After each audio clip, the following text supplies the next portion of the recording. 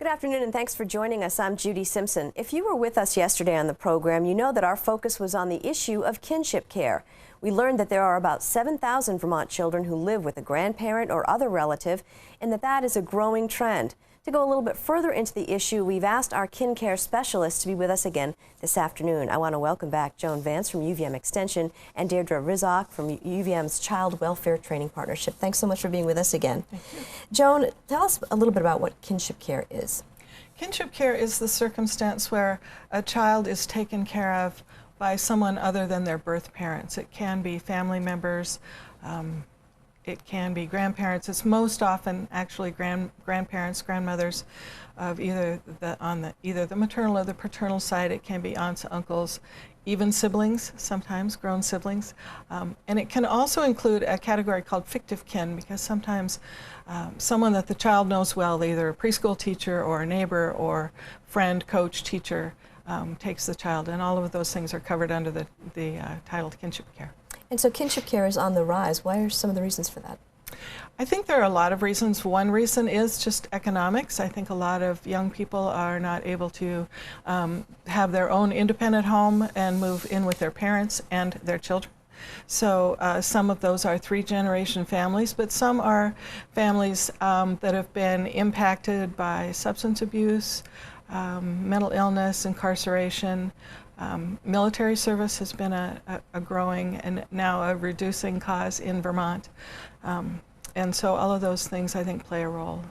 And Deirdre, what are some of the things that a person or a family should think about when they're considering being a caregiver? Because obviously it can be a very emotional time, and obviously you don't want to have your grandchildren leave the family.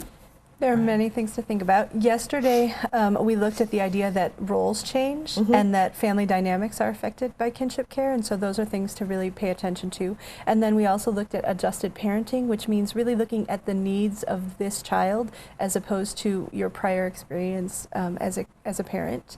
And we looked at the particular needs of the child and how to really make sure that you're meeting those needs.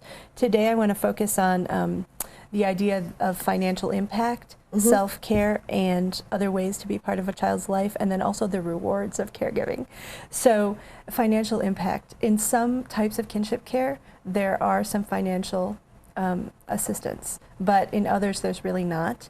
And so a lot of times a caregiver or potential caregiver will say, oh, we'll just figure it out. Well, but if you're just saying we'll figure it out and you really don't have the resources, then that can put a strain on your physical experience. It can put a strain on your emotions and your relationship. So it's really important to think ahead about how you'll manage those finances and make that money stretch to fit your new circumstances. Self-care is the other piece that is very important. A lot of times when people become caregivers, the very first thing that goes is their own time for themselves, taking a walk or spending time with friends.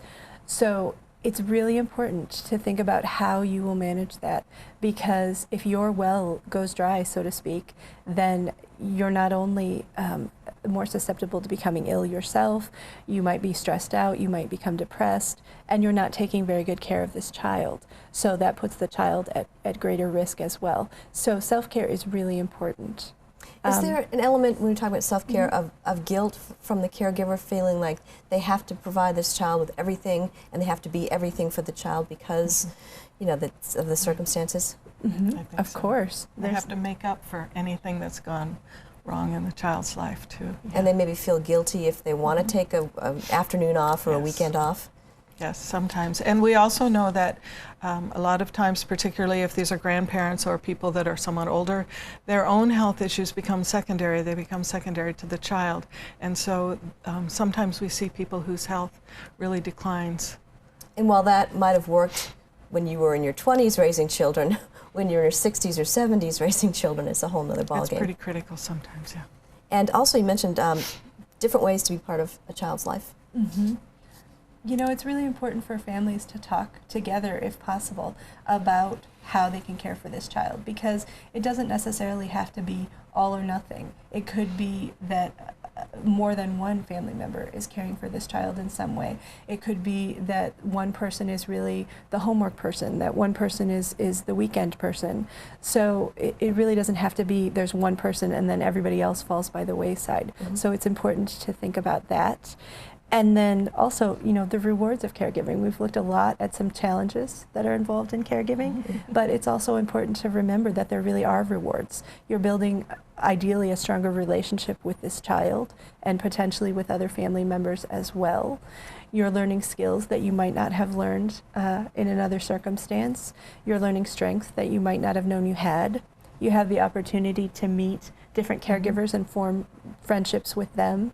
And really, you have the opportunity to know that you're helping your family and friends to really transform their lives.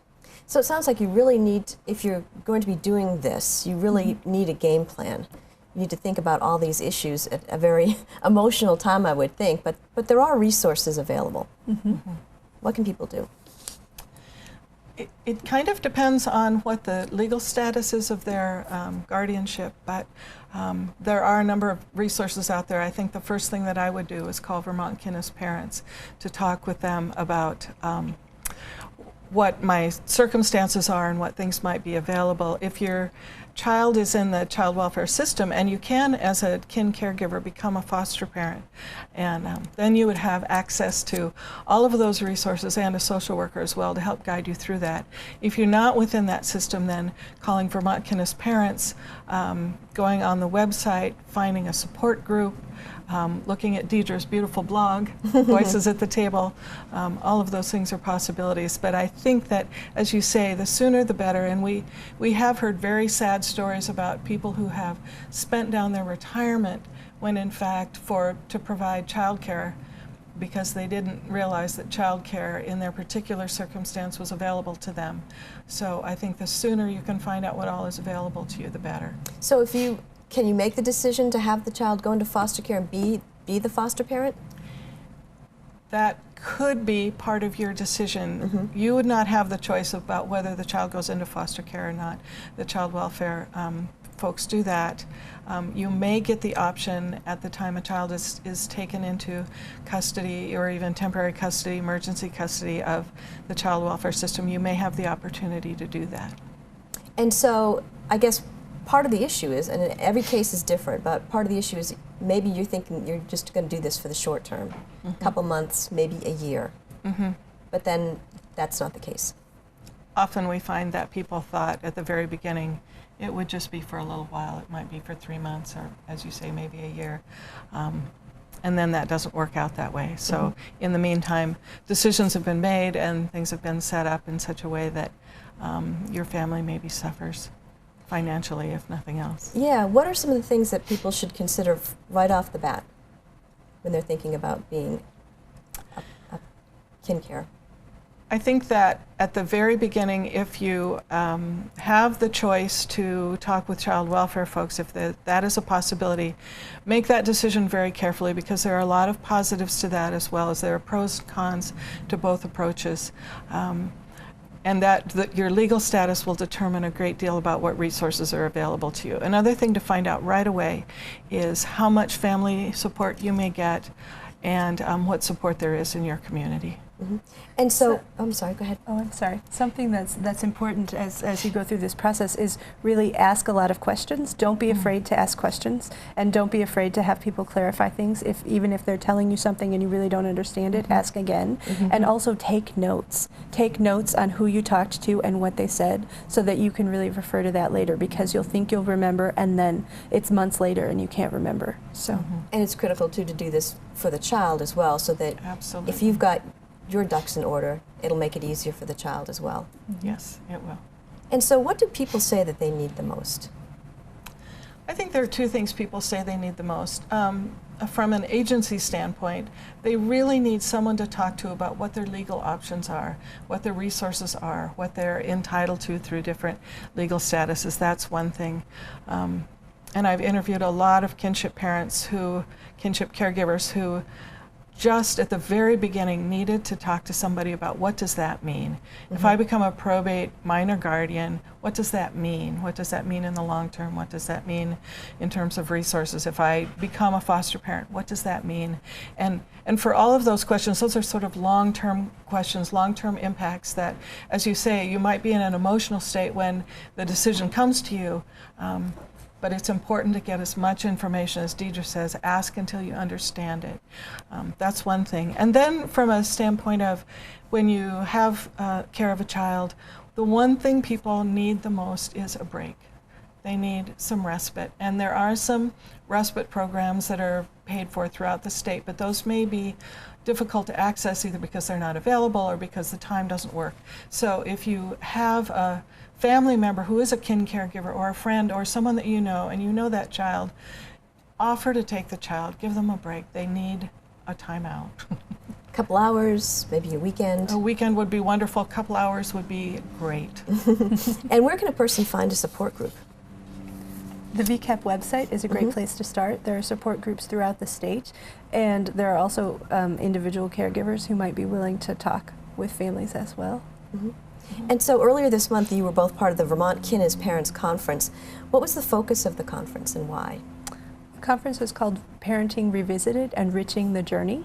And so we really looked at the stories of children who'd grown up in care and then also caregivers. And we looked at the needs that families have and then ways to support those needs. So there were some great workshops, a lot of great dialogue. It's a wonderful experience. And what did you hear from people? What were some of the needs that they talked about? I think one of the things that we often hear from people is the questions that are part of the adjusted parenting issue. I think that when people begin to care for a child that's had trauma, they're surprised by the child's reactions to things that are maybe part of an everyday experience that may trigger something in the child, or you use the same sort of discipline. As Deidre says, a timeout may not work. You may need a time in. The children have very different reactions to what would have been what you customarily did, and I think people are always very happy to get information about what it means to take a child who's had some difficulties or some early trauma, and that really helps them to just understand that this is different and why. Now, Deirdre, you're with the UVM Child Welfare Training Partnership. Tell us a little bit about the partnership and the work that you do. Sure. The partnership is a collaboration between UVM and the Department for Children and Families. So we educate and train foster, kin, and adoptive families, and also the professionals who work with them. So we offer classes throughout the state, we consult on a variety of issues, and really we work with other child welfare professionals throughout the country and throughout the world. So we have a lot of access to resources for families. And so just to recap a bit, kinship care is growing, and why? Kinship care is growing both for legal reasons, because there are both state and federal laws that require agencies to look first for kinship placements when a child comes into custody. But it's also growing for reasons, economic reasons, and because of growth in substance abuse issues, mental health issues, and those sorts of societal pressures. And so what are the key things that kin caregivers need to know? I think the most important thing for people to know is that they're not alone, and that there are people and organizations that can offer support in a variety of ways and that really want to help. I think kinship care is really, it's a little bit like a river. Sometimes there are really scary moments and some swirling eddies, and then at the same time there's really beautiful scenery along the way. That's nice. One more time before we close the program, where can Vermonters get information about kinship care? Vermont Kin as Parents website is a wonderful thing to look at, vermontkinaparents.org, and then voicesathetable.wordpress.com is also. And what is Voices at the Table? That is a blog that I oversee, and it's for kinship, foster, and adoptive families. It has articles, it has parenting resources, it has access to classes throughout the state and online. And so when you get that call, if you get that call, the most important thing to do is what? Ask questions. Ask as many questions as you need to to get the information that you think you need to make that decision. And I would say the second thing to do is, if you have family support, gather it now. Okay, great. Well, I want to thank you both for joining me today. Thank you. That's our program for today. Thanks for joining us. We'll see you again next time on Across the Fence. For a video copy of today's program, call toll-free 1-888-ATF-3430.